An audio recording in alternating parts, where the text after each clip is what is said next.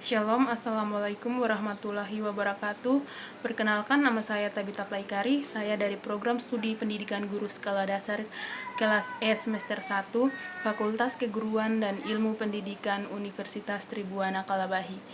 Video ini saya buat untuk memenuhi tugas mata kuliah pengantar pendidikan yang diasuh oleh Bapak Antonius Saidban SPD MPD. Selamat menyaksikan. Bab 9. Inovasi pendidikan. A. Pengertian inovasi pendidikan. Inovasi pendidikan adalah suatu pembaharuan dalam pendidikan, baik menyangkut ide, praktek, metode, atau objek, dan secara kualitatif berbeda dari hal-hal yang ada sebelumnya dan sengaja diusahakan untuk meningkatkan kemampuan guna mencapai tujuan pendidikan dan memecahkan masalah pendidikan. Yang berikut bagian kedua B, sasaran inovasi pendidikan. Setelah kita membahas pengertian inovasi pendidikan, maka berikut ini kita diuraikan tentang sasaran inovasi pendidikan. Untuk itu, faktor-faktor utama yang perlu dapat kita perhatikan dalam inovasi pendidikan adalah guru, siswa, dan kurikulum. Yang pertama, guru. Guru sebagai ujung tombak dalam pelaksanaan pendidikan merupakan pihak yang sangat berpengaruh atau lebih tua dalam proses belajar mengajar. Yang kedua, siswa. Dalam proses belajar mengajar, siswa dapat menentukan keberhasilan belajar melalui penggunaan integrasi daya motorik, pengalaman, kemauan, dan komitmen yang timbul dalam diri kita sebagai siswa tanpa ada paksaan dari orang tua, keluarga, bahkan siapapun. Yang ketiga, kurikulum. Tanpa adanya kurikulum dan tanpa mengikuti program-program yang ada dalamnya, maka inovasi pendidikan tidak akan berjalan sesuai dengan tujuan inovasi itu sendiri. Yang berikut C, ciri-ciri inovasi pendidikan.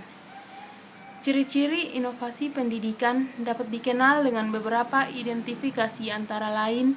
Yang pertama, ketika masyarakat atau orang tua mulai sibuk dengan peran keluar sehingga tugas pendidikan anak sebagian besar digeser dari orang tua pindah ke guru atau dari rumah ke sekolah. Yang kedua, terjadi adopsi kata yang ditulis ke instruksi lain. Yang ketiga, adanya penemuan alat untuk keperluan percetakan yang mengakibatkan ketersediaan buku lebih luas. Adanya alat elektronika yang bermacam-macam, yaitu radio, telepon, TV, komputer, LCD proyektor, perekaman internet, dan lain-lain. Bab 10. Merdeka belajar. A. Pengertian merdeka belajar berbasis kompetensi. Di dalam Kamus Besar Bahasa Indonesia, kata merdeka dapat diartikan sebagai bebas dari penghambaan, penjajahan, atau dapat dimaknai dengan berdiri sendiri. Maka, dari merdeka belajar merupakan kebebasan di dalam menentukan cara berperilaku, berproses, berpikir, berlaku kreatif, guna mengembangkan diri setiap individu dengan menentukan nasib dirinya sendiri. Sedangkan pelajaran berbasis kompetensi adalah siswa diharapkan mampu mendemonstrasikan pengetahuan, penguasaan konsep, dan keterampilan dalam proses pembelajaran. Yang berikut ada 4 pokok program Merdeka Belajar yang harus kita ketahui bersama, yaitu yang pertama, ujian sekolah berstandar nasional atau USBN. Ujian ini dilakukan untuk menilai kompetensi siswa dan siswi dalam membentuk tes tulis atau bentuk penilaian lainnya yang lebih komprehensif, misalnya portofolio dan penugasan atau tugas kelompok, karya tulis, dan lain sebagainya. Karena itu, pihak guru dan pihak sekolah lebih merdeka dalam penilaian hasil belajar siswa-siswi di sekolah. Yang kedua, ujian nasional atau UN.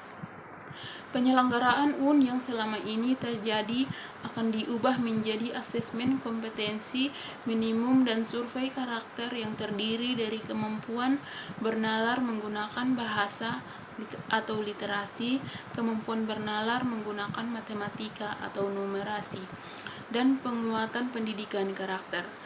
Yang ketiga, rencana pelaksanaan pembelajaran atau RPP. Format penyusunan RPP di mana para guru secara bebas dapat memilih, membuat, menggunakan, dan mengembangkan format RPP. Ada 3 komponen inti RPP sendiri, terdiri dari tujuan pembelajaran, kegiatan pembelajaran, dan asesmen. Penulisan RPP pun dilakukan dengan efisien, dengan efektif, dengan membatasi jumlah halaman sebanyak 1 lembar. Peraturan yang keempat, peraturan penerimaan peserta didik baru atau PPDB dengan sistem zonasi. Penerimaan PPDB sistem zonasi bertujuan untuk mengakomodasi ketimpangan akses dan kualitas di berbagai daerah.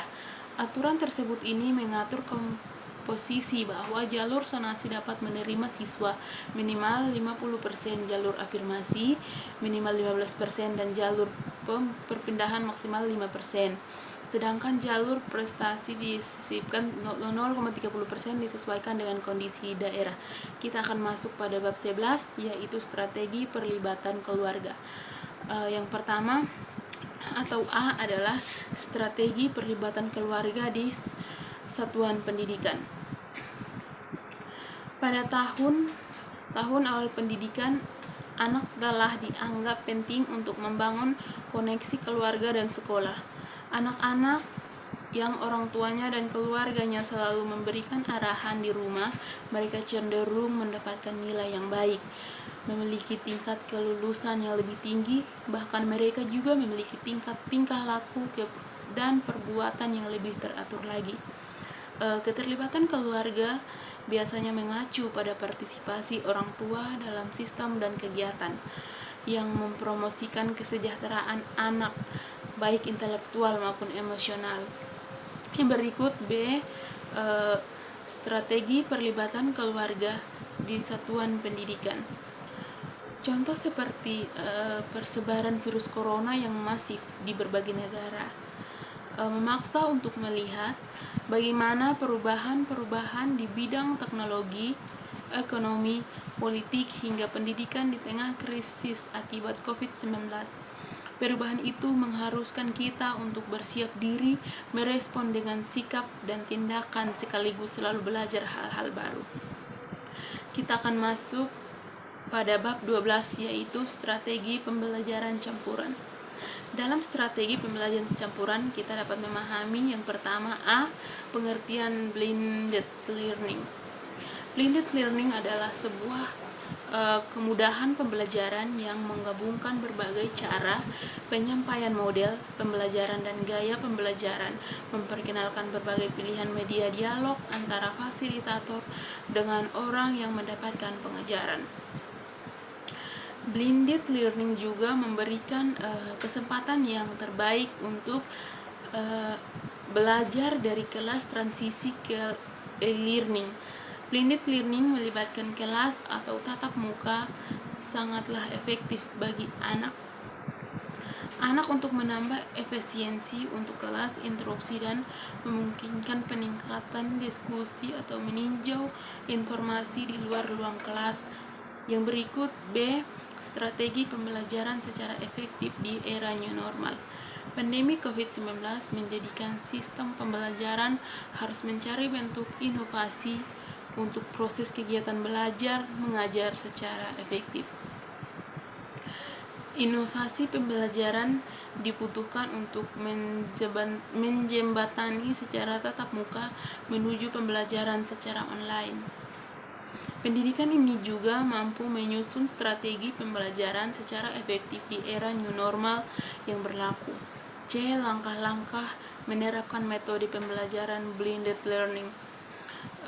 Langkah-langkah yang ditempuh untuk kita dapat menerapkan model pembelajaran blended learning, yaitu yang pertama, setiap kelas siswa dibagi menjadi 2 kelompok, yaitu kelompok A dan kelompok B. Yang kedua, guru membuat jadwal mengenai pelaksanaan model pembelajaran blended learning ini dengan ketentuan kedua kelompok tersebut tidak melakukan pembelajaran secara bersama-sama di sekolah. Yang ketiga, pelaksanaan tatap muka learning dan daring dapat dilaksanakan dalam waktu yang bersamaan. Contohnya pada hari Senin, kelompok A melaksanakan tatap muka di sekolah. Sampai di sini video kali ini. Jangan lupa like, komen, dan subscribe. Terima kasih.